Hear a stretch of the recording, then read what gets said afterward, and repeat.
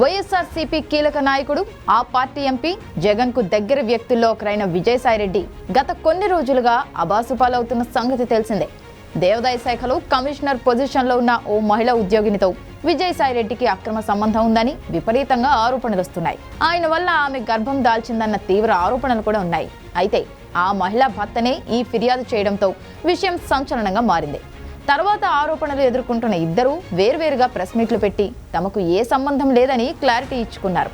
అయితే జగన్ కు అత్యంత దగ్గరగా ఉండే విజయసాయిరెడ్డిపై ఇంత భారీ కుట్రను సొంత పార్టీ నేతలే అమలు పరిచారనే వాదన ఇప్పుడు తెరపైకి వచ్చింది.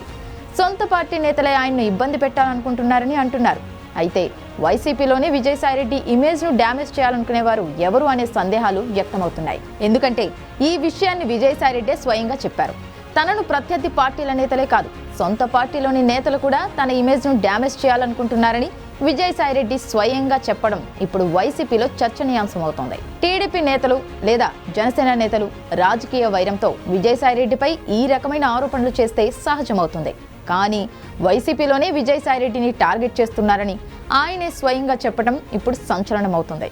వైసీపీలో ఇప్పటికే చాలా గ్రూపులున్నాయి. విజయసాయిరెడ్డిని పక్కన పెట్టారని, వైవి సుబ్బారెడ్డిని, జగన్మోహన్ రెడ్డిని ఎంకరేజ్ చేస్తున్నారన్న ప్రచారం కూడా ఆ మధ్య జరిగింది. పార్టీలో విజయసాయిరెడ్డి ప్రాధాన్యం తగ్గిందన్న ప్రచారం అప్పట్లో బాగా ఉప్పందుకుంది. ఆ మధ్య తారకరత్న చనిపోయిన సందర్భంలో అతని భార్యతో ఉన్న బంధుత్వం కారణంగా విజయసాయిరెడ్డి చంద్రబాబు, బాలకృష్ణతో కూడా సన్నిహితంగా వెలిగారు. అదే సమయంలో వైసీపీకి ఆయనకు దూరం పెరిగిందన్న ప్రచారం బలపడింది. అయితే వైసీపీ నేతలపై తనకు అసహనం ఉన్నప్పటికీ అధికారికంగా ఇంతవరకు విజయసాయిరెడ్డి ఎప్పుడూ బయటపడలేదు. ఇలా సడన్ గా విజయసాయిరెడ్డి వ్యాఖ్యలు చేయడం ఆశ్చర్యాన్ని కలిగించింది. మా పార్టీ నేతలు కొందరు టీడీపీతో కుమ్మక్కయ్యారు అంటూ విజయసాయి విమర్శించారు.